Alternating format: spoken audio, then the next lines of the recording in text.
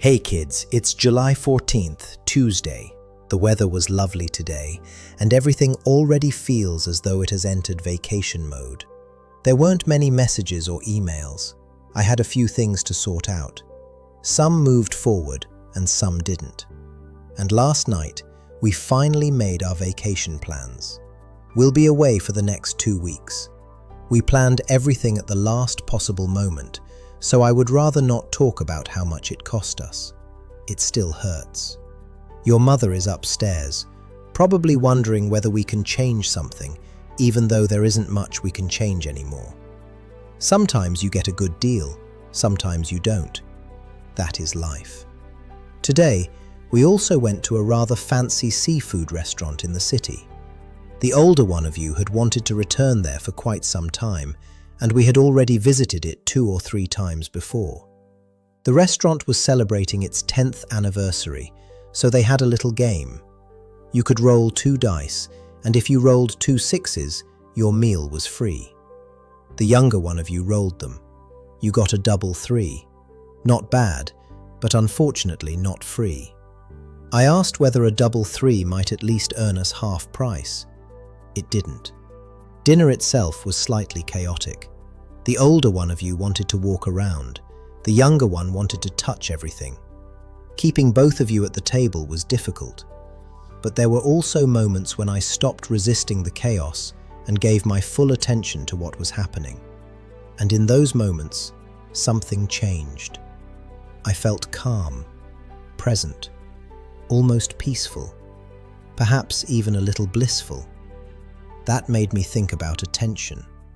There is a quote often attributed to Albert Einstein, although we don't really know whether he said it. A man who can drive safely while kissing a beautiful girl is simply not giving the kiss the attention it deserves. Regardless of who originally said it, the point makes sense. And it isn't really about kissing, it is about attention. Attention is one of the most valuable things you can receive from another person, and one of the most valuable things you can give. Imagine having dinner with a friend. They are sitting directly across from you. They nod while you speak. But every few seconds, they glance at their phone. They answer a message, look back at you, smile. Then another notification appears and they disappear again. They are physically present, but mentally, they are somewhere else. How would that make you feel? Probably as though you were not very important, as though you were something happening in the background while their real life was taking place on the screen. Now imagine the opposite. Someone puts their phone away before the conversation begins. They look into your eyes. They listen without preparing their response while you are still speaking. They ask meaningful questions because they genuinely want to understand you.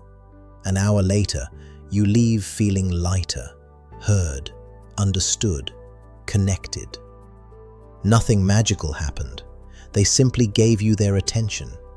And that same principle applies inside a family, between you and me, between you and your mother, between your mother and me, between friends, between anyone who cares about another person.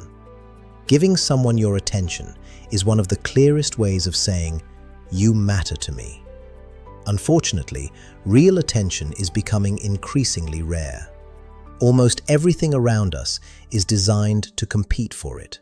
Messages, news, advertisements, social media, videos, games, notifications. Even when nothing important is happening, something is always asking us to look. When I was younger, I thought multitasking was a kind of superpower. I could study while watching television, answer emails during meetings, listen to someone while planning what I wanted to say next, move rapidly between several projects. I believed I was getting more done. But in reality, I was often dividing my mind into smaller and smaller pieces. And attention does not divide particularly well. It becomes diluted. Every time you switch from one thing to another, part of your mind remains attached to what you were just doing. You may be reading a message while someone is speaking, then you return to the conversation, but you missed a sentence. You try to catch up while still thinking about the message. Then another notification appears. You are technically doing several things, but none of them is receiving the best of you. You make more mistakes, you understand less, you remember less, you enjoy less, and perhaps most importantly, you connect less. It is like trying to water several plants with one very small glass. Every plant receives a few drops, but none receives enough to flourish. Sometimes, several things must happen at once. That is unavoidable. Especially when you are caring for children, working, cooking, answering questions, and trying to prevent somebody from falling off a chair. Life can be chaotic. But when something truly matters, it deserves more than the leftovers of your attention. When I think about some of the happiest moments of my life, most of them were not extraordinary. They were often very simple. Reading you a bedtime story, building something with Lego, walking together, watching you discover something new, having a meaningful conversation with your mother, laughing with friends, sitting quietly by myself. Those moments were not valuable because the activities were impressive. They were valuable because I was fully inside them. I wasn't trying to be somewhere else. I wasn't mentally replaying yesterday or preparing for tomorrow. I was simply there. That is why I want you to remember this. When you work, work. When you rest, rest. When you play, play. When you eat, eat. And when someone you love is speaking to you, listen as though there is nowhere else you would rather be. Because one day, you may not have another opportunity to have that exact conversation. I'm not saying this to frighten you. It is simply the reality of life. One day, your parents will no longer be here. One day, your children, should you have them, will grow up and build lives of their own. One day, friends may move away, relationships will change, places will change, and moments that once felt completely ordinary will become memories. Life does not only pass through years, it passes through individual moments, a meal, a conversation, a walk, a laugh, a bedtime story, a hand held for a few seconds, and every one of those moments happens only once. You may do something similar again tomorrow, but it will never be exactly the same moment, with exactly the same people, at exactly the same stage of life. Attention allows you to actually live those moments, rather than merely pass through them. There is another reason attention matters.